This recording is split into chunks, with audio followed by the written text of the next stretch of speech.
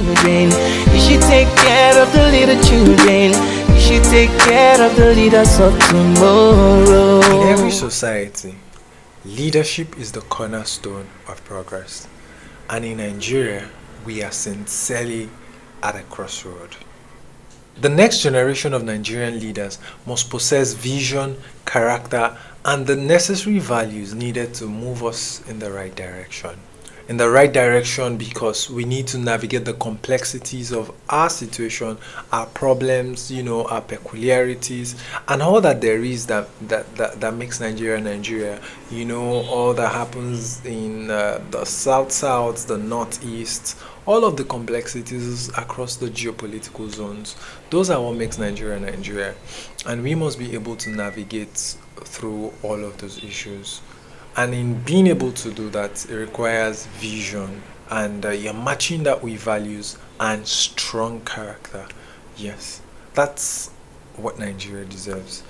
And the next set of leaders that Nigeria must produce, or Nigeria must have, must embody these characters. But beyond these three things that I've just listed, what do they really need to look like? What exactly should they look like? In this video, we'll explore the key attributes of what Nigeria's next set of leaders should look like, and why it is more important now than ever before. If you are new here, my name is Ajibola Oladiipo, and it's indeed an honor and my pleasure to have you on another episode of the Diary of a Patriot. So sit back and enjoy.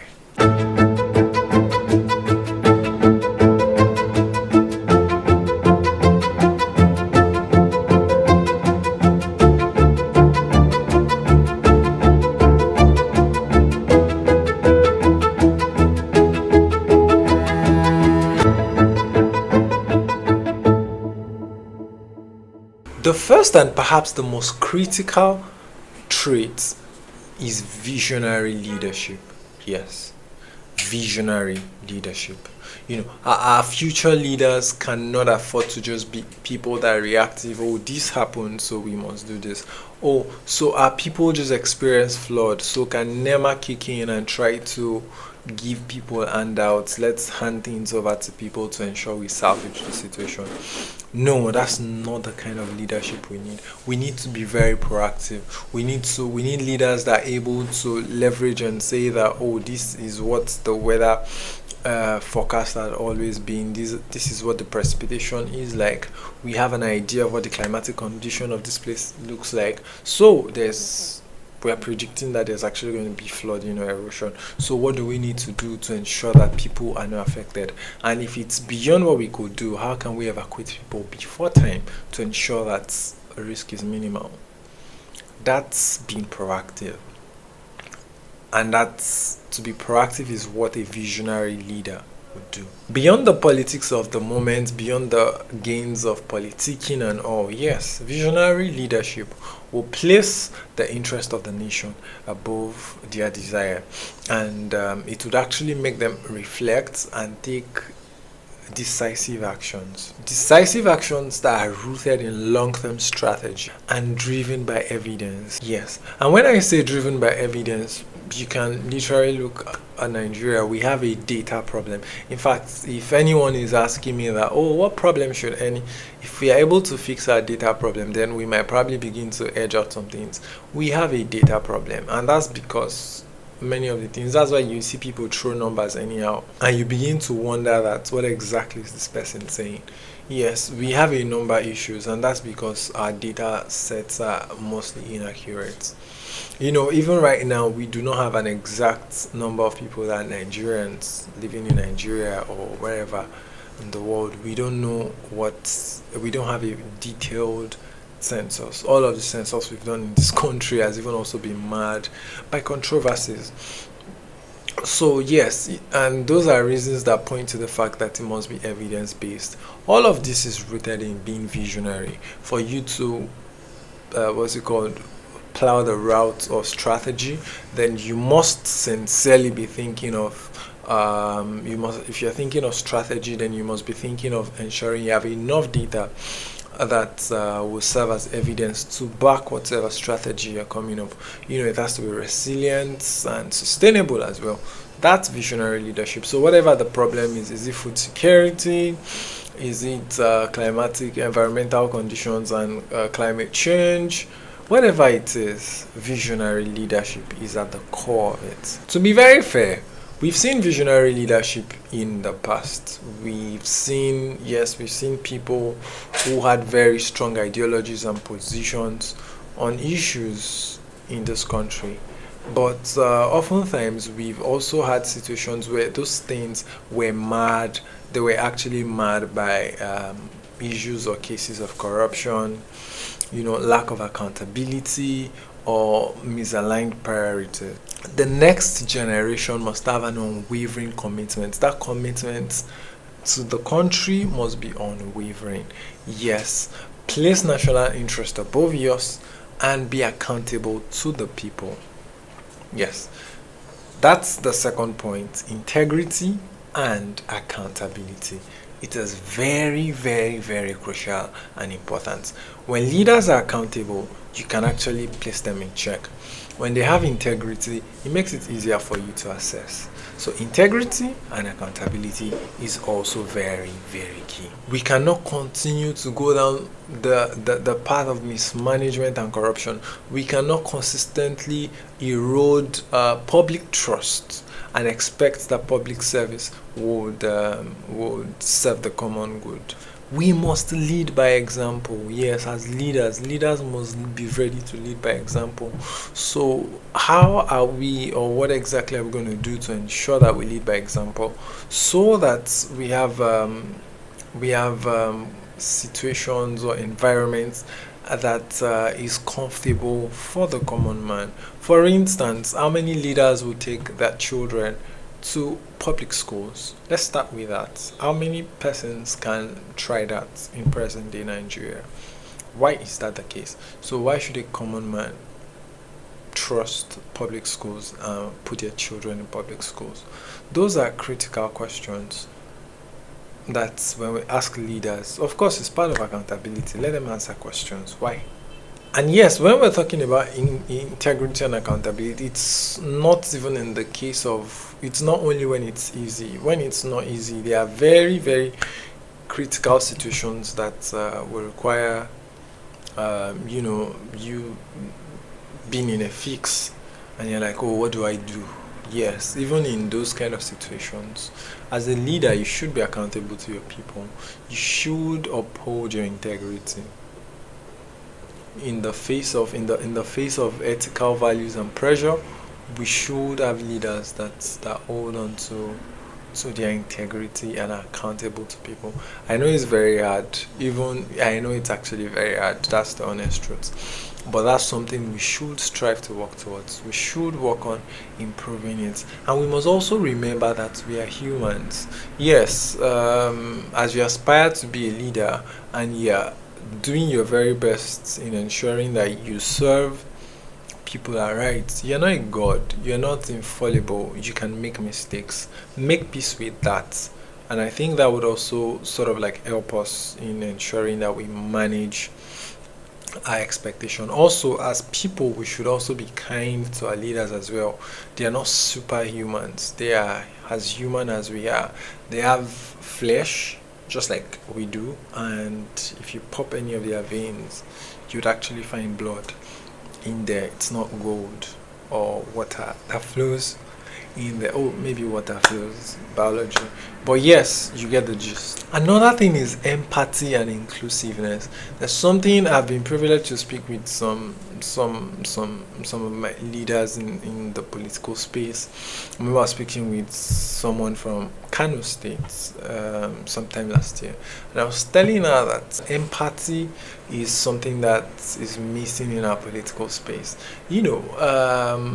People just do things and don't pay attention to the fact that the people they are leading are also humans, or there's some decorum that is expected of them. There should be measure of empathy and inclusiveness as a leader. You must be able to demonstrate that. You must have empathy. Yeah, you're dealing with facts, you're dealing with logic, you have all of that stacked in front of you, but where's your empathy? I think that many times when you have the empathy, when you throw empathy into the mix, you just change the dynamics of how you handle a situation. It helps you understand how to do things better, or how best to handle people.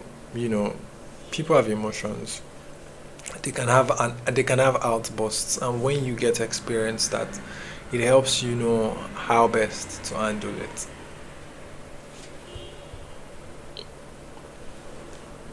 And when we talk inclusiveness, we are a very, very diverse nation. You would find Hausa, you find Igbo, you find Efik, you find Yoruba. Even within those, what's it called, major groups, major tribes, you'd find like different groups within the Yoruba race. For instance, you find the Oyo, you find the Egba, you find the Owu. You get. So we are a very complex nation that has too many ethnic, what's it called, ethnic groups, about over 250 of them. We have quite a number of fascinating religious affiliations as well. We must tend to all of them.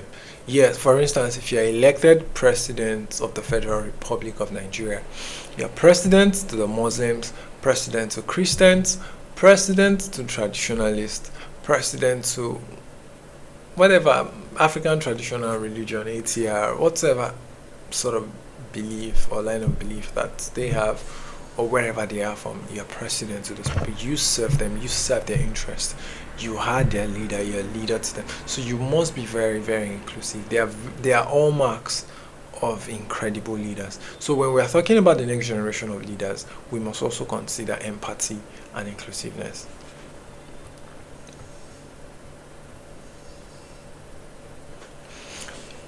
At the forefront of this is innovation and technological advancement.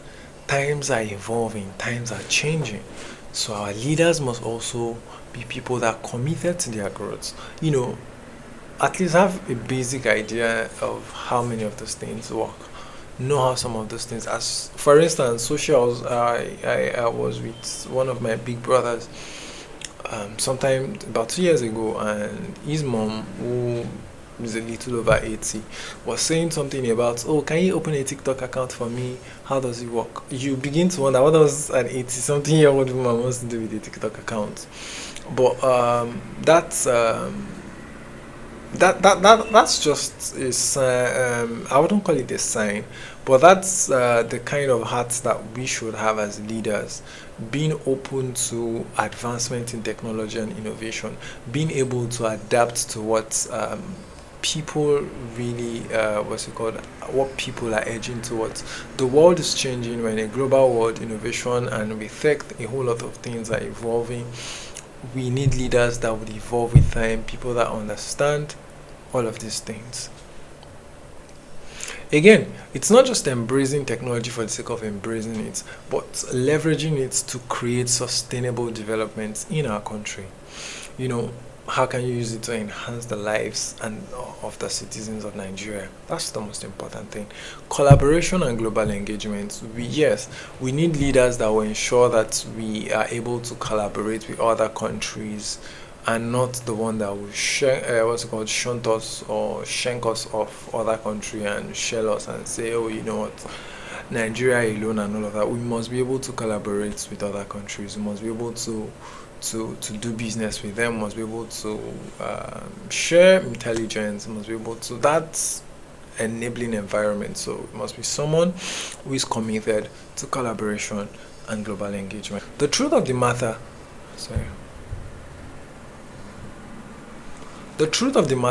is that leaders that will embody quite a number, sizable number of all of these they're not just automatically born. they are made, forged through a process. So it's never too late to commit yourself into ensuring that you are that kind of leader. So yes, so I know that yes, in your mind you're saying, oh, this is the kind of, but that leader can be you. You can be that person. You can ensure that you place empathy at the forefront of what you do. You must ensure that you're inclusive in how you do things. You embrace innovation and technology, and also ensure that you're visionary. These are all mark of what's it called, of great leaders, and the kind of leader that Nigeria actually deserves and need, more importantly, that we need. It's our responsibility as citizens to nurture and support these people. So when you see people do these things, support them, nurture them. They are the future of leadership in this country. It's time for us to demand better. Yes, we must demand for better. We must demand for better leadership. We must hold our leaders accountable, and we must strive to ensure that we get it better and better year in, year out. If you believe in a formidable Nigeria, believe in the vision of a great Nigeria that's actually thrive, filled with great people, a very good nation with great people, then I would really love to see you just comment the flag of Nigeria in the comment section, and I hope you learned something. I'll see you next time, but until then, let's stay committed to our own development and let's rise together. I'll see you some other time. Bye.